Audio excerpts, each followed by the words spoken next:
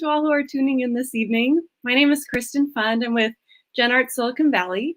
My pronouns are she, her, hers. And on behalf of genARTS Silicon Valley Pride and San Jose Museum of Art, as well as Create TV, we appreciate you being a part of tonight's discussion, as we have some important topics to explore, including equity, representation, and empowerment.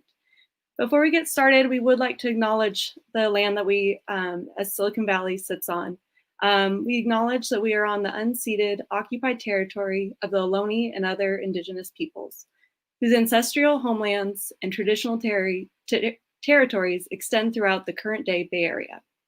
We recognize that the lands and lifeways of the Ohlone have been gravely altered by processes of colonialization that continue to this day. Initiated in the 1700s by Spanish missionaries, perpetuated by them during Mexican rule in the 1800s, and further expanded by sanctioned genocide during the gold rush and early California statehood. Colonialism has affected the life, land, and culture of the Ohlone and have shaped what we know as California today.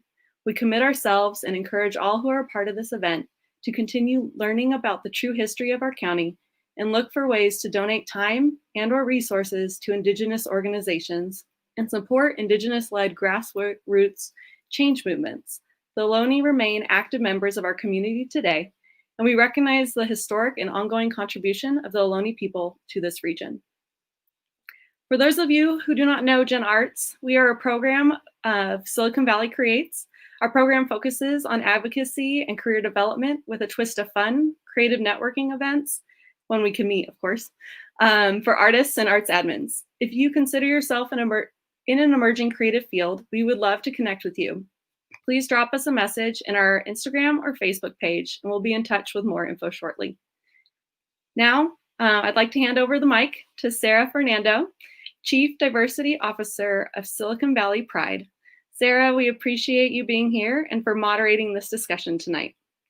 Thank you. I am like elated to be here. So thank you so much for the warm intro and happy Pride, everybody. It's August. I know for a lot of people, August is not necessarily Pride season. It's more so June. But guess what? Here in the South Bay, we celebrate Silicon Valley Pride. That's happening next weekend. So from me to you, Kristen especially, happy Pride. Happy Pride.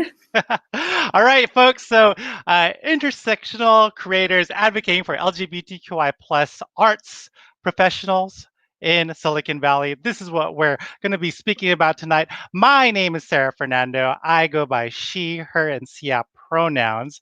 I am a proud queer transgender woman, and I'm so delighted to be here this evening because a lot of these artists that we're presenting to you today, I actually follow. I have them in events. I see them in the community. So I don't think I've ever had an opportunity to actually have an in-depth discussion with them. So without further ado, let's bring up some of these artists. So first up, let's bring up Areli Cardenas. Hi everyone, Areli Cardenas, nice to see everybody. I'm a visual artist and very excited to be here and speak with y'all today. Thank you, Areli. Up next, let's bring up ASHA. Peace, everyone. I'm ASHA, she, her, fam. I'm an artist, educator, and revolutionary public teacher of the last 10 years. And yeah, I'm excited to be here. Thank you, ASHA. Next to the stage, let's bring up Armando Ortiz. Oh, Armando, I think you're on mute. Sorry about that.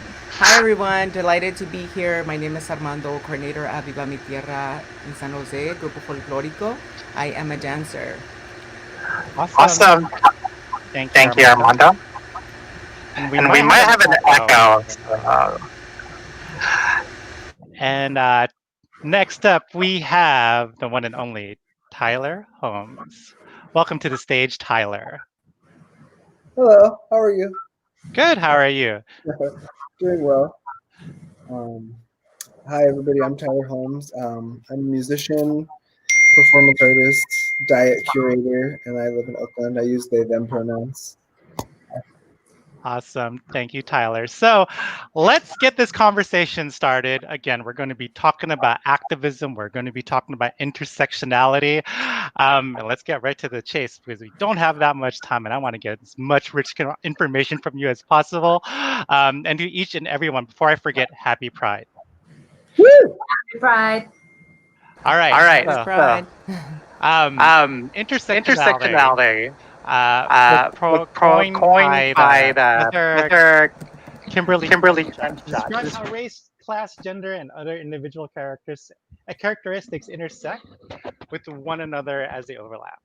So what I want to know from you folks is, what does intersectionality mean to you, and how has it shaped your experience in Silicon Valley?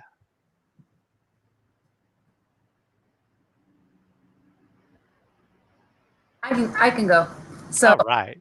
I feel like, being a young Latina woman of immigrant parents, a lot of my identifiers, I think from an early age, were kind of placed on me. And it wasn't until, in my experience, I decided to kind of branch out and dive into my individuality and exploring who I was. And so, again, coming from a traditional Latino family, things were assigned to me. I was told kind of who to be, what to do, where to go, and it wasn't so much, I don't see it as like rebelling, but it was more coming into my own. And being part of Silicon Valley, I feel very privileged being from the Bay Area, where we still got a way to go, but we are a little more diverse than the rest of the nation. So I feel very privileged to be able to be here from San Jose and be able to express myself freely. Very grateful for that. Awesome. Anybody else have thoughts on about intersectionality?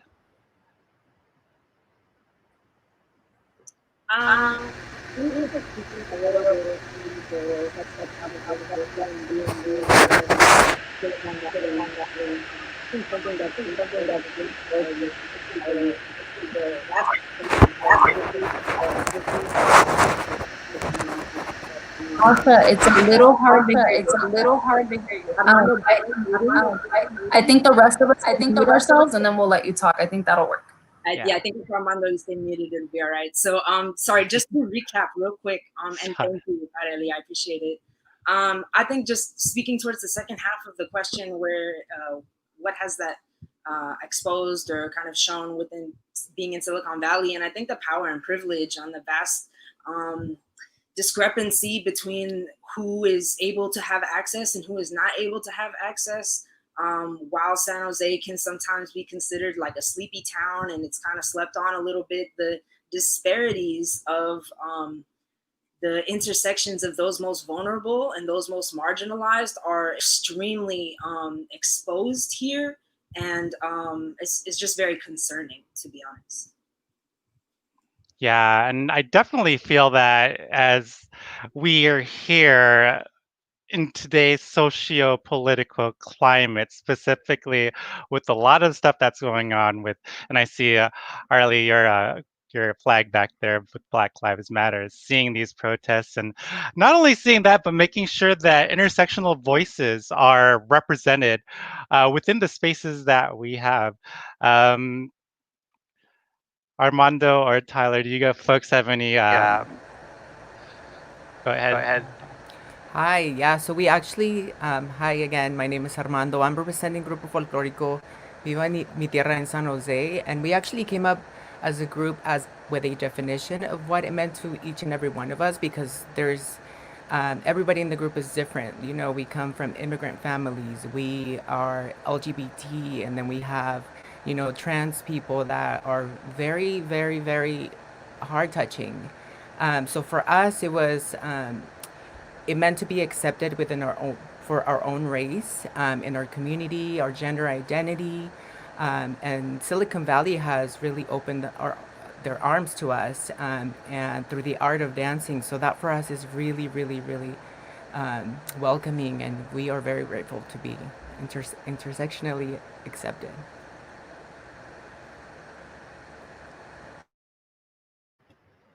Hi. Hi again. I'm Tyler Holmes. One more time. Intersectionality is really It's always been a big part of my life. I'm a Black person with a white Jewish mom. I'm a non-binary person, and before I ever had any of those words, I was a very femme, very gay child, and had a lot of those. Like one of the other speakers was saying, I had a lot of those titles put on me, and a lot of those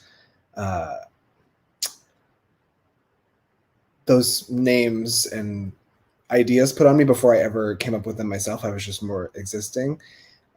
So being intersectional is always, I'm always straddling some line or some classification. So it's always really just at the root of anything that I'm doing is being intersectional. I always try to see that because I feel like it's integral to my work and to sharing like the message that I'm trying to get across. And my experience with Silicon Valley has been interesting and mixed and kind of small. I don't live in Silicon Valley. I live in Oakland. I've worked in San Francisco for maybe 7 years now at this point. And working in San Francisco and with other artists that lived in Oakland and San Francisco, we've had a lot of experiences with gentrification and interactions with like an influx of a techie population. So what we know of intersectionality and how it overlaps with Silicon Valley hasn't always been pleasant. But I think that's always something that we've been trying to navigate and trying to like open that conversation and have it be clear. So that's my...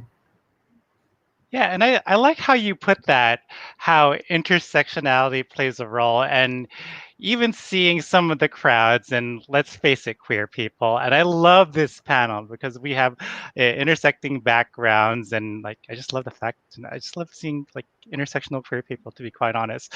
And there's like a lot of spaces I occupy personally where I don't see that kind of demographic. So y'all are artists. And I am not an artist. I'm an artist in the sense that I like talking. But how do you folks advocate for others within the work that you do in the community or within the artistry that you create?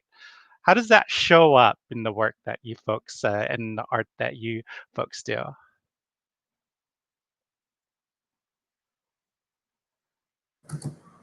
I could go ahead and talk a little bit more deep about another side of me, which is my background in social work. I've been doing nonprofit work for the last 10 years, and I predominantly worked with youth and young adults, Black and Latino.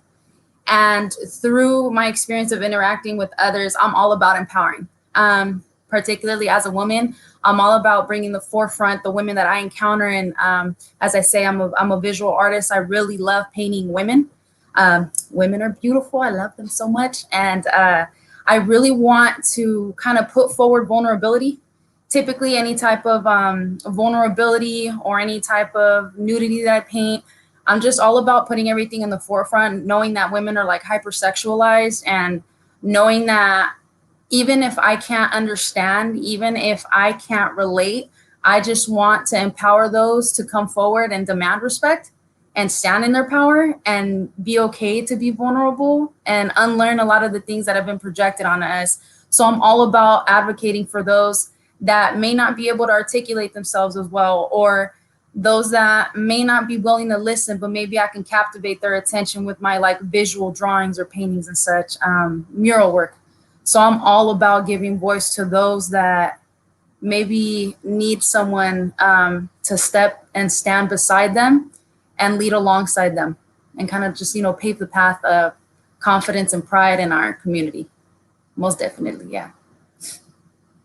Most definitely. That's awesome. Go ahead, Tyler. I just wanted to piggyback off of that because I also work with youth. For most of since I was really 15, I've been working with youth, and now for the past 5 or 6 years, I've been working at an elementary school, and we work with a pretty broad spectrum of population, but we also have a lot of gay and trans kids, a lot of gay and trans families who are also brown and Black and a lot of different backgrounds. So I think that intersectionality has really is a big part of my non-artistic work, and working with youth and families like that. Youth are amazing because if you explain to them, like, my pronouns are they, at first they might not get it, but in a week it's completely normal for them, and it's like in their psyche. Adults are a lot harder to move and for them to learn, really. So working with youth, it's really easy. And then in my art practice, I definitely always have been on the side of being more poetic. So I have always said that visibility, or just me sharing my experience, is a part of sharing that intersectionality and promoting and sort of aiding our message. But then more recently, in the past year, I did a performance series called FemTV Unplugged that was at 2727 California Street Gallery in Berkeley. And that was a space for trans, queer, mostly femme, and Black and brown performers to showcase new unplugged or acoustic versions of the music that they normally present. So I'm trying to, aside from my own experience, help other people, not necessarily help, but make a space for other people to have a voice or to share an experience that is amazing and not always at the forefront. That's beautiful. Go ahead, Asha. Doing the youth, talking about youth thing, working with youth thing. I'm happy to jump on board with these folks. Being a public school teacher for the last 10 years has been more really a gift to me, I think, than my students, because it has given me validation in seeing that if you can create a space where students are able to explore the narratives of their own stories and their own stories of their ancestors, and have the validation of that taking place within the classroom, having assignments where they get to kind of explore who they are. There's just such honesty in that discovery, and the fact that it's within a school system, I think, gives them a legitimacy to their story. And then to just, push it a little bit further, I always kept my eye out for those queer babies that I just wanted to help guide and help facilitate their journey through, public schooling and life, really. And that's been a joy of mine, and something that I've really embraced, in being able to support students in their journey, and, just really letting them know that their story deserves to have and hold space in legitimate academic institutions. Really has shown them that they don't have to hide. And I think the intersection of where my art comes into place is that I'm primarily, although I do a bunch of other things, a spoken word poet. And so in addition to standing on desks and spitting poems about my own identity and my own diaspora story in the classroom, I've been able and fortunate enough to bring in not only my friends' works and publications, but I got to use the KQED documentary made about me and my diaspora story, and how I choose to use art to help me understand and process the generational trauma, as well as bring in my own TED Talk into the classroom, and show students that they can use art to help dissect the onion of themselves. And so, yeah, just went up to working with youth and keeping me young. Yeah, I love how you bring up storytelling, because for me personally, like, storytelling for trans visibility is paramount. It's key. And getting kids to tell their stories, giving them that confidence, and seeing, like, I think it goes both ways when you see queer people in the community doing their thing and rocking out and being visible. That inspires so many people. I know Armando, you had your hand up. Did you have something else to add? No, I actually wanted to go, but I agree. I mean, everything she said is just, that's how our group is too. And, it's, you can just give so much to people out there, and in the process, you can teach, you can learn, you can, open people's minds and hearts, and it's a great.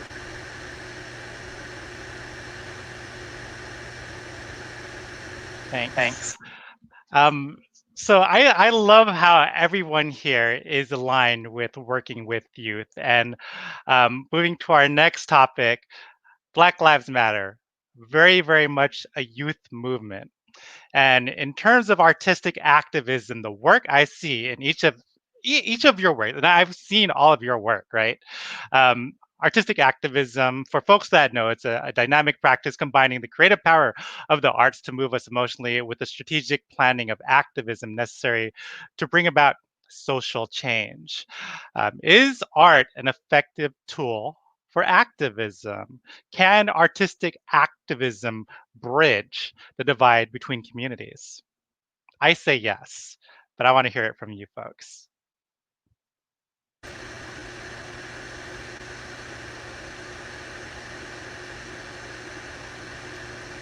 Go ahead, Armando. Yeah, if I may, just tell you a little bit about our mission as a group. So our mission is to create inclusive spaces while celebrating diversity. We have just so many dancers from different backgrounds.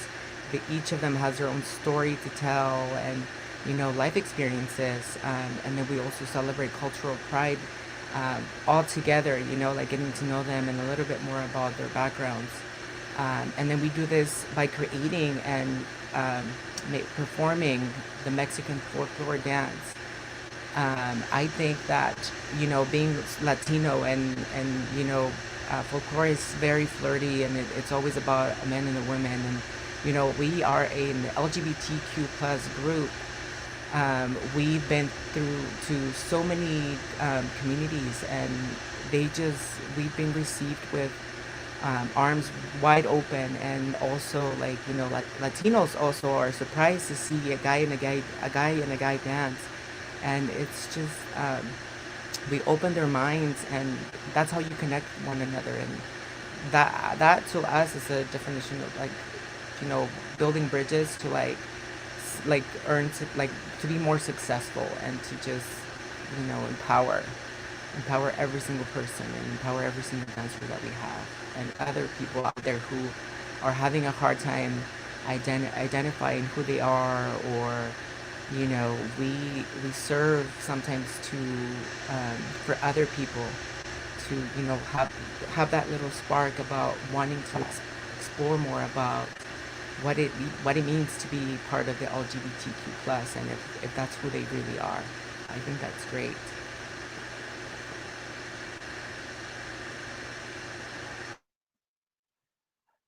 That's awesome. Thank you for sharing. I definitely agree. Like, I know with San Jose, we have a very large Latinx population. And to see the work that you folks do at Viva Mi Tierra, it's such a beautiful, poetic way. And this is why we just love it when you folks partner with Silicon Valley Pride. Uh, we- uh, I one of your dancers, I forgot their name, but she speaks to my heart every time I see her perform. So I love the work that you folks do. Thank you so much. Yeah, I just want to say the Folklorico group is literally like one of the most beautiful things I have ever witnessed.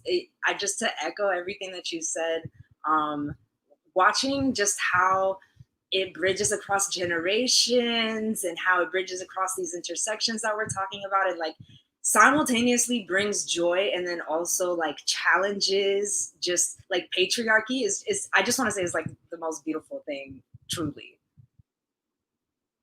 And then just to speak a little bit about the idea of art, yes, art can be powerful. Art can be something that is movement building and galvanizing, and something that carries the weight of that which cannot really be expressed through words, right? But I want to critique like a little bit of the idea of art being this like constant movement for change, in the sense of art has to be substantive if we're actually asking for it to create some kind of a change. And so what does that mean in today's world? Well, I've scrolled through enough like graphic artists, different colored fists, what is that art doing to like recreate something new, to push the idea, to challenge the paradigm? I question the validity of art being a source of change when it's simply being reproduced on mass scale, and doesn't challenge us to think more or do more. And so I love art. My art is performative. I'm a spoken word poet, but there's a reason why I haven't written another police brutality poem. I'm spitting the same police brutality poem all of these years because a new poem about police brutality is not going to do anything to change police brutality. I know my poem is good. I still like to spit it, and I enjoy the weight that it does carry. But what I'm saying is I'm not choosing to invest my energy in my art to create something that's not going to do anything for the community and for the people. How many cities have painted Black Lives Matter on the street, and how many cities have ended qualified immunity? Sit with that. Beautifully said.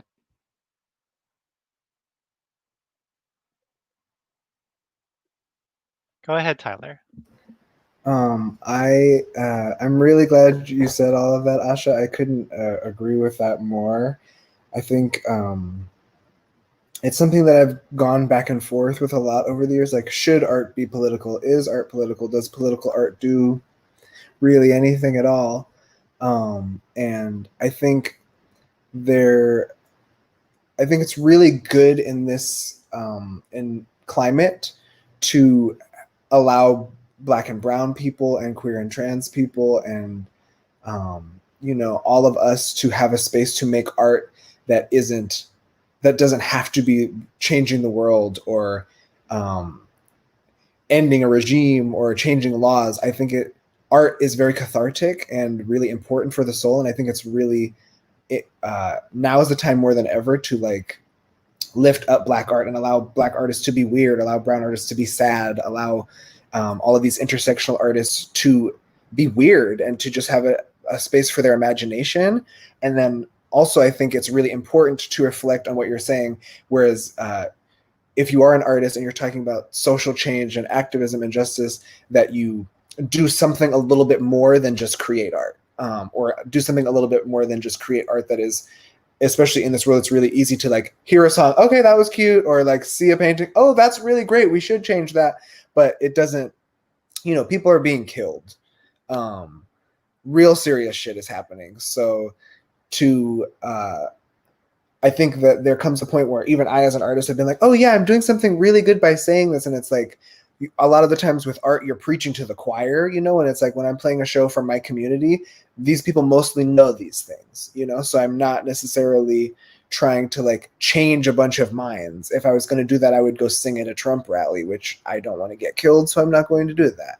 So I think as artists in this climate, it's really important. And that's, I think, a big part of being intersectional is allowing ourselves space to create art and be artists as a career, and to, always have our voice and our full selves be present and visible, but then also to like enact real social change. And like, I'm seeing that a lot on this panel. Like, we all work with youth and with the community. So I'm seeing all of us, like, we have our art practice, and then we're like, okay, how can we actually like help and, change this shit around a little bit? I think it's really great to see what all of you are doing.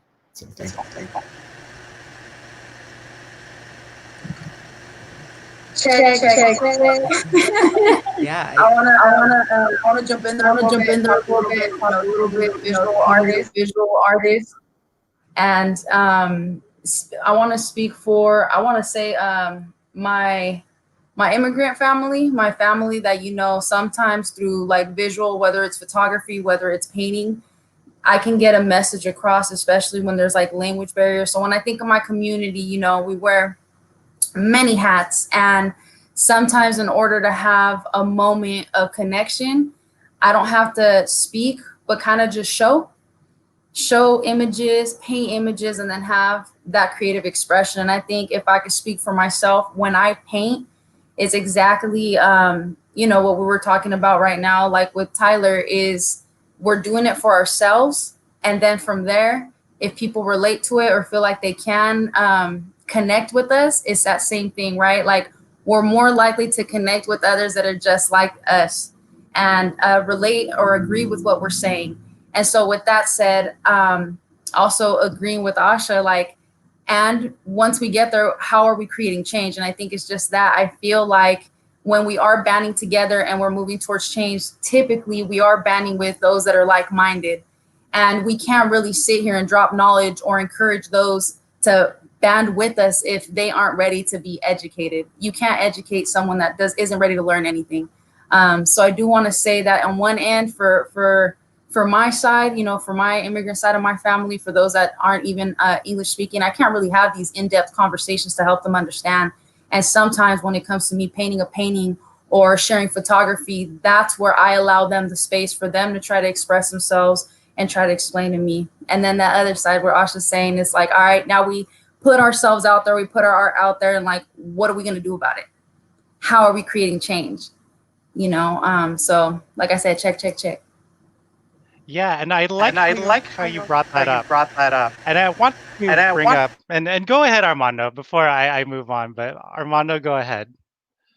Oh, no, sorry. I just wanted to add, I totally agree with them. And I feel like sometimes you don't need to use your voice to, you know, like urge people to change right away. I mean, change takes time. You can't just, you know, expect change from one day to another, you know. Sometimes, like, even through art, you can deliver a message that, or for the need to change or to help others, or sometimes even makes you think about your own wrongdoing. And I think that, you know, that activism really does help when it's not just when it's through art. Like, for example, as we dance in the LGBTQ plus group, so that for us just opens the idea of even touching the subject of being LGBTQ. So yeah, it's great. Just wanted to add.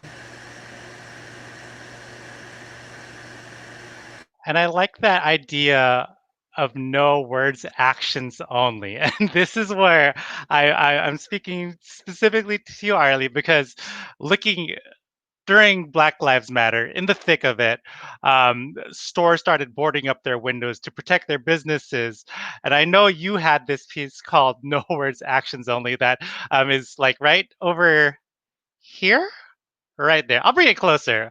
But in terms of like creating art that speaks to people, bridging these connections, right? Does Silicon Valley provide an ideal environment for folks like yourselves to do your work?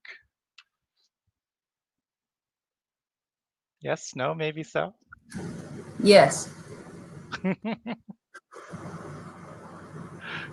I could speak a little bit, I mean, that in particular, I remember when I got presented with the opportunity, stuff was heavy in San Jose. You know, some people weren't acting right in the streets, and it wasn't the people protesting. It was like that moment where I needed to pay respect to what was happening, and also acknowledging, you know, really sitting there and thinking about, you know, growing up in San Jose, I didn't really see any inclusive murals of the community. And I'm like, man, we're about to be bold. We're about to do something and really bring forward Black Lives Matter, you know? And we're on the topic of intersectionality, like that painting speaks to that. And exactly what I titled it, you know, kind of covering her mouth with the drip bandana. It was like, we could sit here and talk about all the change we want to do, but when it comes down to it, we can't just talk about it. We need to be about it. And that's why I titled it No Words, Action Only. And if it was up to me, I would have blasted and brought 10 of my homies and like, let's go paint and put this all over San Jose and really just put it out there to kind of put it in people's faces, you know? Some people took to it very, like, loved it. Other people came up and gave me a piece of their mind. But at the end of the day, I just know whatever I put forth, it isn't just for me at that moment. For me, it's like for my community. Like, let me speak up and be bold, and I'll take the hits for those that want to be standing with me. And so I want to thank you, Sera, for bringing that up, because that was honestly a piece that I thought over and over, and I just wanted to really do it justice and give respect to the movement and, more importantly, my community. Yeah, for me, it just, and if you folks want to see how the piece looks like, I don't know if you can see the glare, but that is the piece. And I made sure to leave this little note that you left here. Um, this piece right there, here, just looking at art and just seeing the rainbow bandana, for me, just resonated really well. And without me getting too emotional, just seeing this as a piece in my city just spoke volumes. And again, like, congratulations on that piece. And I know that the folks could follow you, and we'll share those socials later. But I know I love the fact that you have it in sticker format, so you can just pop it anywhere. So it's like, yeah, let's go. I might be slapping in places, but I'm not saying where. Oh, hey. How about you other folks? For the work that you do in the South Bay, is San Jose or Silicon Valley an ideal environment to do the work that you do? For me, for example, I feel that San Jose is home for my work in trans activism, because I just don't feel that there's no one doing that much here in terms of just being that really outspoken and loud voice. And that's not to say that we don't have translators, don't get me wrong, but just for me, just doing my part in the community, I just feel that amplifying Black trans lives matter, and all the things that this war, this anti-trans war that's going on, it just needs to be abolished to its core. So this is where I feel that I could do this in Silicon Valley, and it just breaks my heart to know that my work here is still not done. I appreciate it, but the work is not done when it comes to uplifting and amplifying Black trans lives. So that's just my little piece. I'm not an artist. Sarah, can you repeat the question? Yeah. So does Silicon Valley provide an ideal environment to do the work that you do? Or if not, Tyler, I know that you live in Oakland. Do you find Oakland a little bit more inspirational than Silicon Valley when you're creating the art that you do? So yeah, I've done more work in Oakland and San Francisco than I have in Silicon Valley. In Silicon Valley, a long time ago, I recorded an album because they had some good studios out there. But Oakland is definitely like a catalyst for change. It's definitely it's very Black. It's a very and as a Black queer non-binary person living in Oakland, it is like very prescient, very now, very important. It's at the forefront. It's what's happening right this second.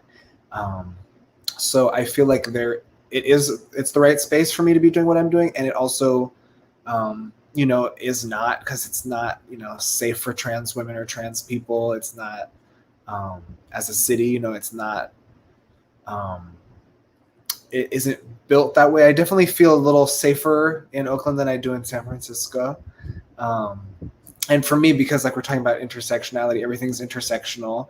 I have never been a wealthy person, so in San Francisco, I definitely feel a little more slighted, and like it's harder to do the things that I'm trying to do. And I've been given more opportunities and received much better in Oakland.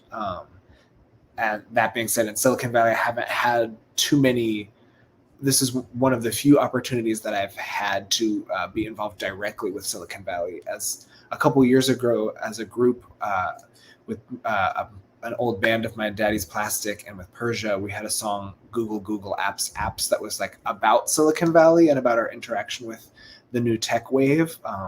But that's been a conversation that we've been having, sort of, and we were having back then with the media, and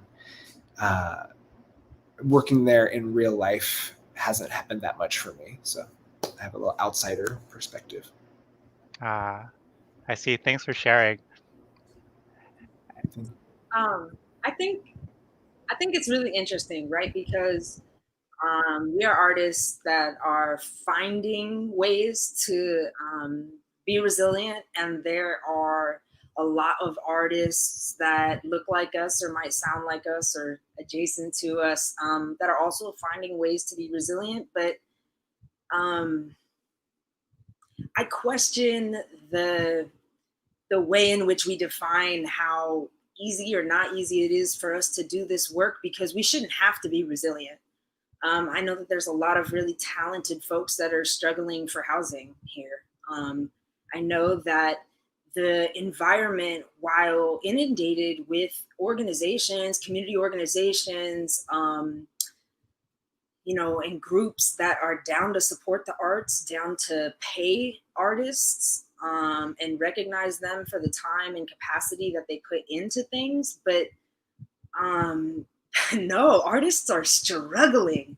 Artists are forcing themselves to survive, to be resilient. Resiliency is not something we want to be doing. And I'm fortunate enough to be a teacher and adjunct professor, and so I can make do. But there's a lot of folks that are really struggling here, specifically. I think in the South Bay, East Bay. I think is seeing a lot of ripples of the same effects. And so ironically, while some of these big companies are coming in and potentially paying or footing bills for events, the community itself here is struggling. The artist councils are doing great jobs to find access to funding, but who has time to apply for these grants that are, having exponential amount of applicants coming in because we are desperate. And so, I don't know if it's easy for me to do my art out here, but I know that there's a strong community of people who want to see me win and that I want to see win. But I think it's important that we challenge the fact that the environment itself that we're living in is not suitable, is not sustainable for our art. Very nicely said. Thank you, Asha. Now, moving on, I want to move to another topic of identity politics. Now, within the past few years, the term identity politics has risen in prominence in the national conversation, most notably within conservative circles, in response to like the police shootings of unarmed Black men and women, rights of trans people, discussions around rape culture, and recent BLM protests. What can intersectional creators do or say to create meaningful dialogue with people and institutions across the social and political spectrum? And how can we ensure that this type of dialogue actually leads to real change?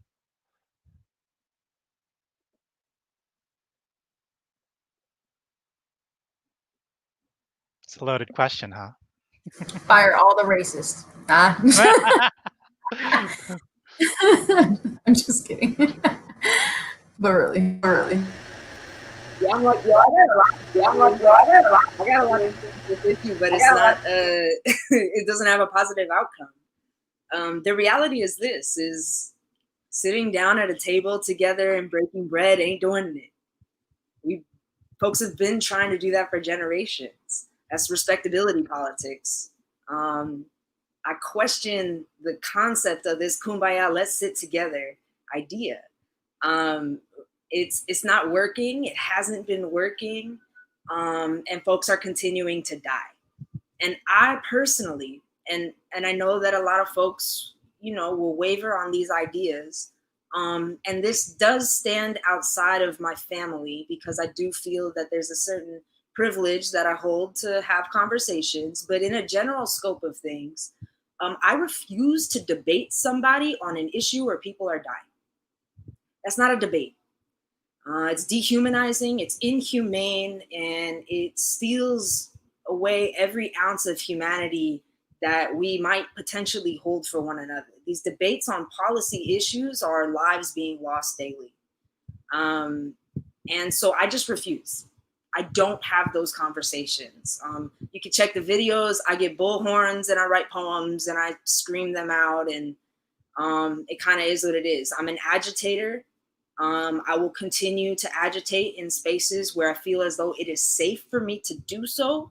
But more and more, it is concerning that especially folks that are non-binary and trans are having to hold the weight of having these conversations when it is unsafe to do so. It is violent to ask certain people of certain intersections to try to have a discussion over what we call identity politics. So yeah, I'm just not having it. Fire them, kick them out, dox them, do whatever we got to do. It's a wrap. I'm good off having that conversation. I feel you. Go ahead, Tyler.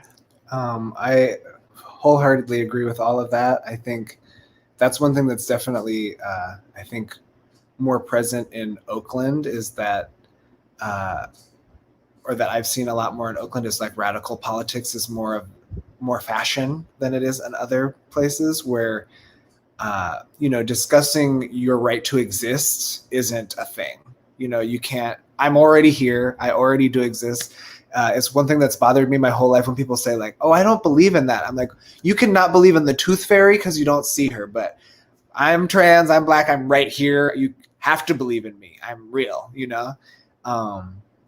and yeah, I think that lately I've seen some things that I really like, which is like show your board. I've seen on Instagram where it's like, show us the people that are on your board or that are behind the scenes at your organization. Like, let's see a picture of everybody that works for you. If it's 17 old white people, something's got to burn.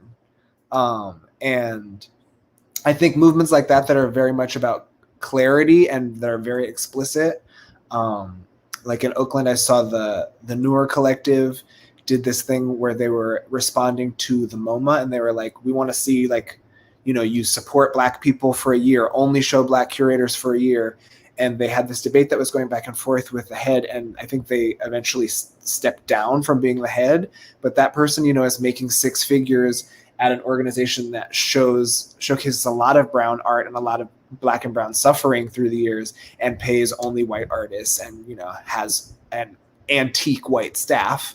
And that just isn't the thing. And I think, these like conversations are cute, but it's like, it's one thing that I always struggle to do when I'm talking to my mother, my uncle, or my relatives, because they are of course for change and they're, on the blue side or whatever, but I'm like, I want blood. None of this is enough for me. Like, our community is being killed or being like treated as second-class citizens, and it's like thousands of years too late. I'm not interested in discussing it. And what I call like limestone politics, where we get like, an inch every year, like, okay, now you can maybe vote. Now you can maybe have a little more oxygen. It's like, bitch, what?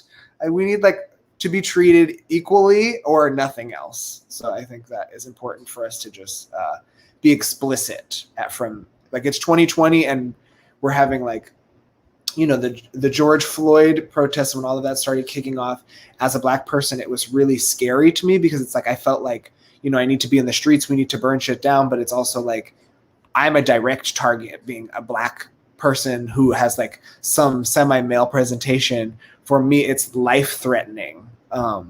So I think it brings all of these new components to the conversation that are really important, whereas like white allies, it's like, use your body. You are a shield. You are a lotus flower. You're like a stepping stone for the conversation to happen.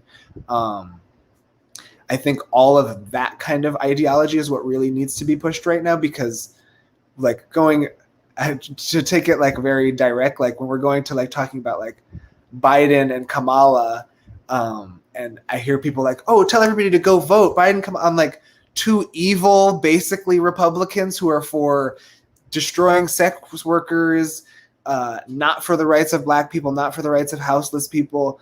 Accepting the lesser of two evils all the time is getting us nowhere. It's gotten us nowhere for hundreds of years. That's why what I said about blood, it's like we need something different. Sorry. All good. And I think ASHA and Tyler, what you're saying resonates with me really well, because like my action right now, I've always been, and maybe I know some folks that are behind the scenes seen me talk at a lot of allyship events. I talk a lot about allyship.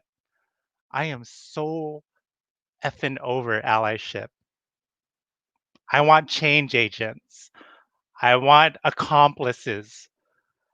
And let's go straight up with what Adeli said, action only. I want action, because allyship is not going to do it. And seeing the escalation, and excuse me while I get emotional, but seeing the trend of Black trans lives lost accelerating during shelter in place in comparison to 2019, where we're gonna beat those numbers of the amount of trans folks lost. It just breaks my heart. So I'm all about action only, and I don't need allies anymore. This is not a time for allies. This is all about accomplices and change agents, and that's it. Go ahead, RLA. Sorry, I just needed to. No, you're okay. Just this kind of brings up of like, what can I do? Like I said, working with young people, a lot of my young people feel a responsibility, you know, because we've been seeing, you know, a lot of the protests, we're seeing teenagers, like the kids out there trying to, you know, make moves. But something I tell my young people, you know, unfortunately, man, I had one of the former young people that I used to work with was shot by a police officer during the protest. I had another one that, you know, a few that were attacked, and you know, calling me and telling me what can I do, and I need to, and I had to kind of ground my young people and tell them, you don't need to anything.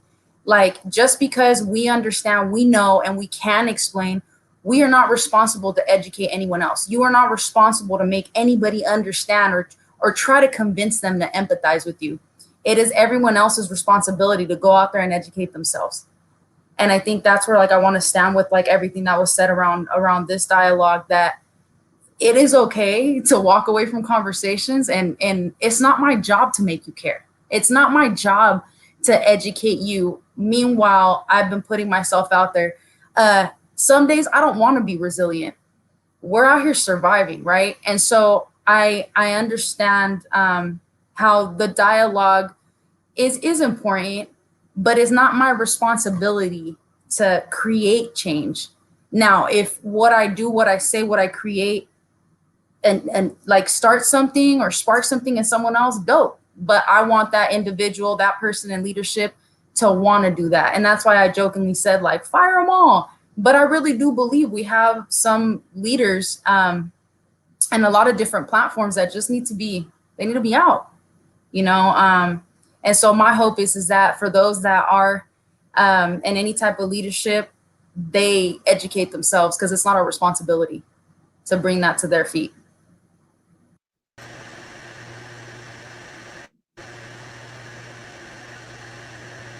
Go ahead, Armando. Yeah, I just want to add to that. We need someone at a higher level to represent us. We need our own chair of, but with someone who knows what pain we've been through, what experiences we've been through, what we see on the other side of what other people are not wanting to touch or deal with or even recognize. Like, that would make a big change in every single thing that is going on in today's days. Like, I mean, just having someone who really knows what it is to be us would really, really mean a lot to many, many people, I feel. Absolutely agree. And I just love the fact that everyone's very future thinking about how are we going to change the youth, and working with you in particular, the future of intersectional creators in Silicon Valley. Let's talk about it. What can we do to advocate for the next generation of intersectional creators, other than you folks being visible and creating the work that y'all do? How could we be advocates?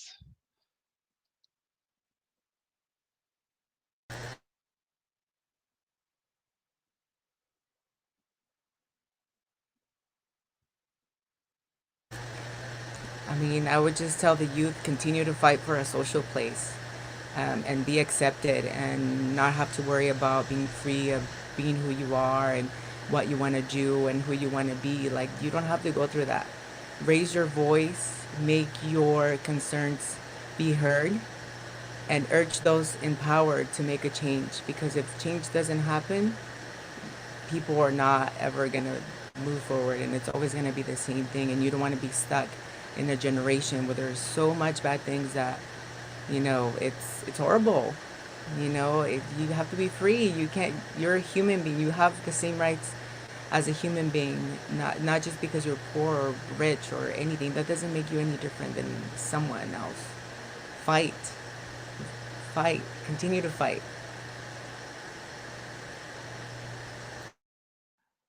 Nicely said. I do have, okay, go ahead, Tyler. just briefly, I feel like I will admit that I'm a little scared because I think the youth are it. Like Generation Z and the kids like that are actually young now. I'm old. The kids that are actually young, they know what's up. They are already over it because they've been lent a planet that's on fire where they have no rights, and they've seen everybody that they love and appreciate be abused for hundreds of years. And while our generation was still taught lies, I feel like the new generation has seen enough of the truth early on to be like, oh, hell no, we're not doing this. So I noticed like a lot of the queer and trans youth, they're coming out earlier. They're pushing politics. Like we said, like a lot of the BLM activists are like on the front lines. They're like 15, 16. They're young. They're over it. So I think the kids are all right. They really have the message. I think the part that scares me is that like as an older person, what I need to do is like I need to give my body to the cause. I need to listen. That's what I can mostly offer to the youth, is to listen to them and let them tell me what I need to do and like how I can be helpful and useful to what really is their revolution. Our time is passing that torch right now. Beautifully said. So we're almost at time, but we do have some time for Q&A. And when I mean we have time, I mean we have time for one Q&A. And this is going to be like a lightning round. So if thoughts come up, just go off mute and ask. But it's a long question, so I hope you folks are ready. What are your thoughts as artists who are also activists on how the queer community and the artist community in the South Bay is leveraged as a tool for displacement and gentrification? For example, movements to activate spaces deemed underutilized or unsafe gentrifiers, co-opting activist language and politics, public arts opportunities being primarily funded by developers, etc. What are your thoughts on the responsibility artists hold?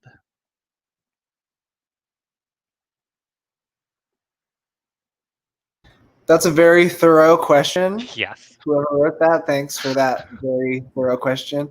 I think pretty much everybody spoke to this earlier, that artists have a responsibility to make art, because it's like an internal personal responsibility. So our responsibility to make sure that these institutional and very like corporate versions of supportive art for us to make sure that they are in line. I don't think that's our responsibility. That's their responsibility. Our responsibility is to our community and to ourselves. And I guess this question is really good because this is what we can do as a community and as artists, is call out those things and be like, that's using the language of the community. That is like, what ASHA was saying earlier, like that's a reproduction of a FIS. Like you're just mass producing a concept that says BLM and you're not actually supporting Black trans people.